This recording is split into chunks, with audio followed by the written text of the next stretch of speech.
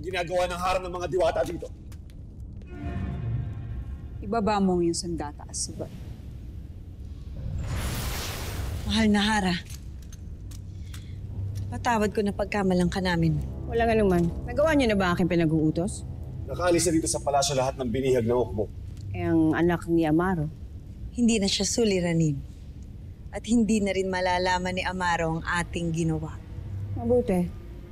Pagkat ngayon ay kailangan ko ang inyong tulong upang tuluyan ako makapasok sa palasyo ng Lireo bilang kanilang Hara.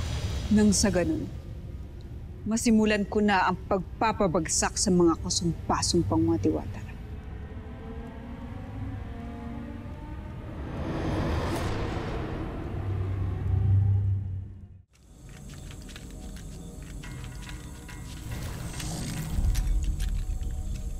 Ano't kinailangan pa kitang sunduin, Hara Danaya?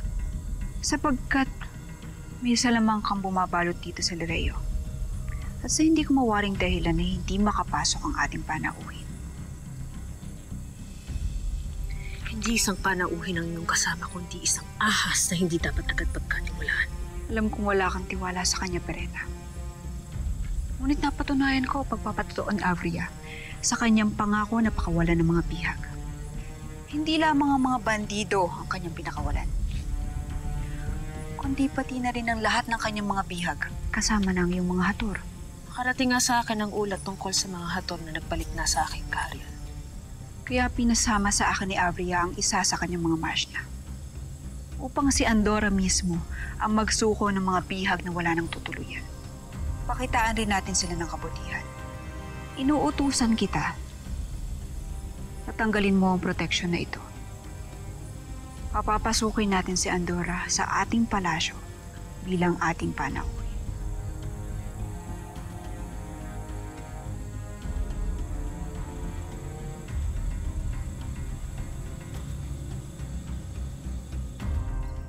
Hindi ka dapat agad nagbibigay ng iyong tiwalag, lalo na sa mga gaya nila, Danaya.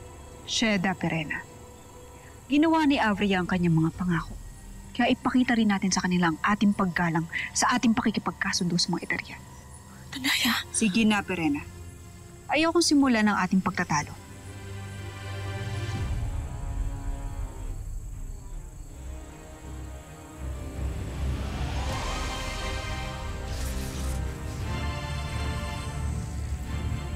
Aking brilyante, tanggalin mo ang pananggalang na ginawa ko para sa Lireo. Inuutusan din kita na pahintulutang papasukin ang Eteryan na nasa iyong harapan ngayon.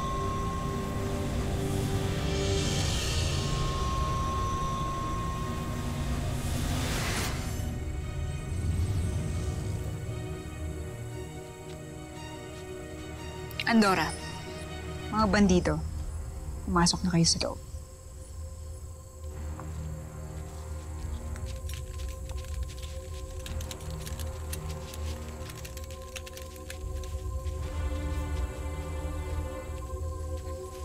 Sana ilam mo ang iyong ginagawa, Danaya.